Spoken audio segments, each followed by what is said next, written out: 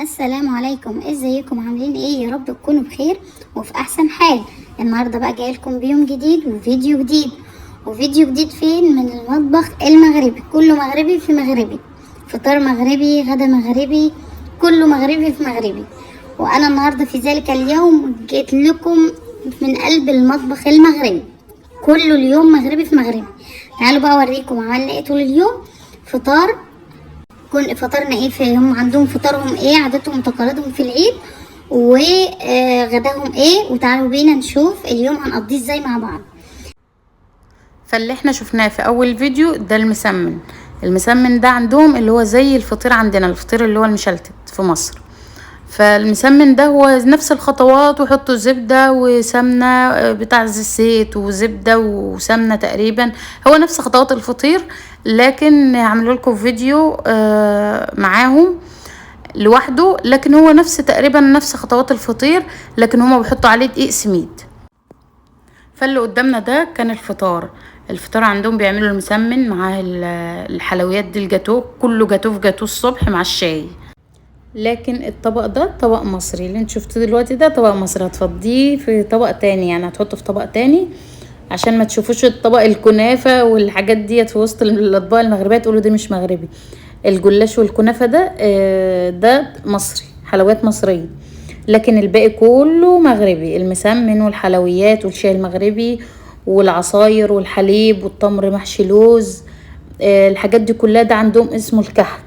ده عندهم اللي هو الكحك، اللي هو زي السميط عندنا كده، هو عندهم اسمه الكحك.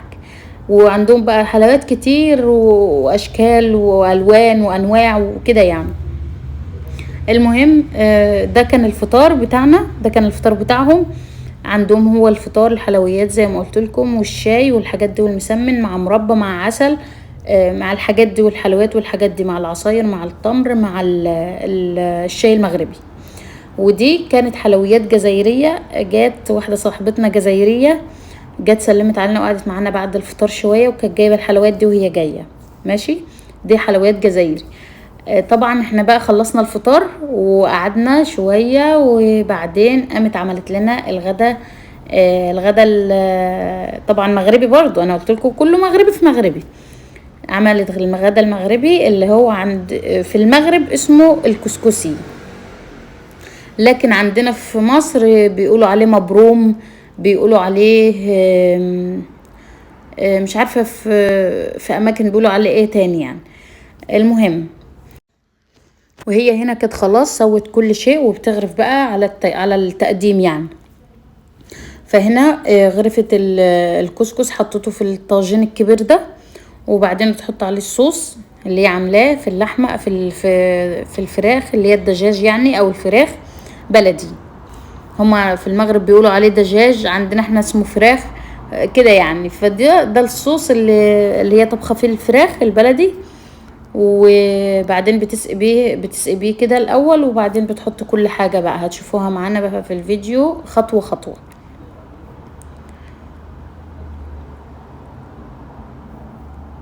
وفي الصوص ده جزر واللي هو القرع العسل، بس القرع العسل لوحده، هي مسويه لوحده، مش في الشوربه يعني. هنا في الشوربه بتحط الجزر، وبتحط حاجات تانية وحمص، وبتحط مش عارفه ايه تاني، هنشوف هشوف معاكم في الفيديو. هنا ده الدجاج البلدي اللي هي الفراخ البلدي، عملته وبعد كده حطته في الفرن، فبتطلعها بقى في الطاجن كده في التقديم، بتحطه في وسط الطاجن، وبعدين ترص حواليه بقى بقية الحاجات اللي في الصوص. ده القرع العسل. او بيعملوا برضو البطاطا الحلوة، البطاطا اللي هي بطاطا عندنا يعني، هي عندهم اسمها البطاطا الحلوة.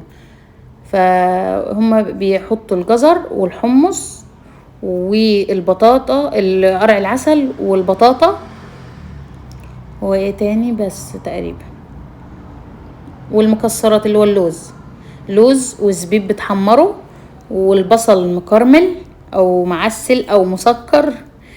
البصل ده بتعمله مسكر يعني، متكرمل.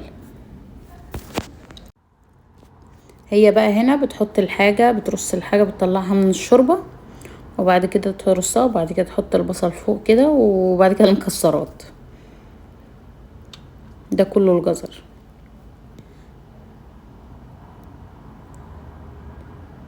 لكن والله يا جماعة شهادة حق، يعني شهادة لله، الطعم روعة روعة روعة، خرافة، جميل جميل جميل جدا يعني، فوق الخيال.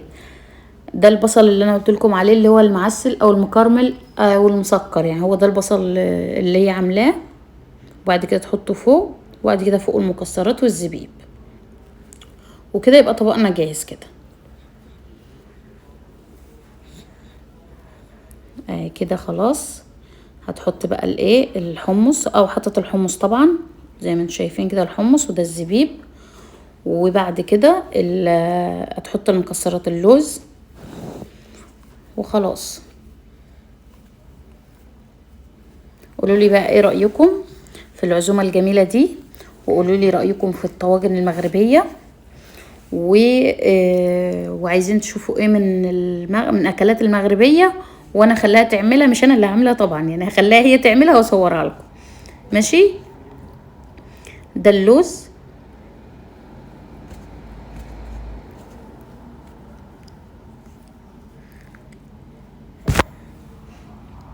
كده يبقى كله جاهز كده خلاص، الطاجن بتاعنا جاهز. واشوفكم على خير. ولو اول مره تشوفي الفيديو بتاعي، يا ريت تضغطي على كلمه اشتراك اللي باللون الاحمر، واضغطي على الكل عشان ما انزل فيديو يوصلك اشعار بيه. ويا رب الفيديو يكون عجبكم، ولو عجبك ما تنسينيش في اللايك وشير وسبسكرايب. مع السلامه، واشوفكم على خير. باي باي.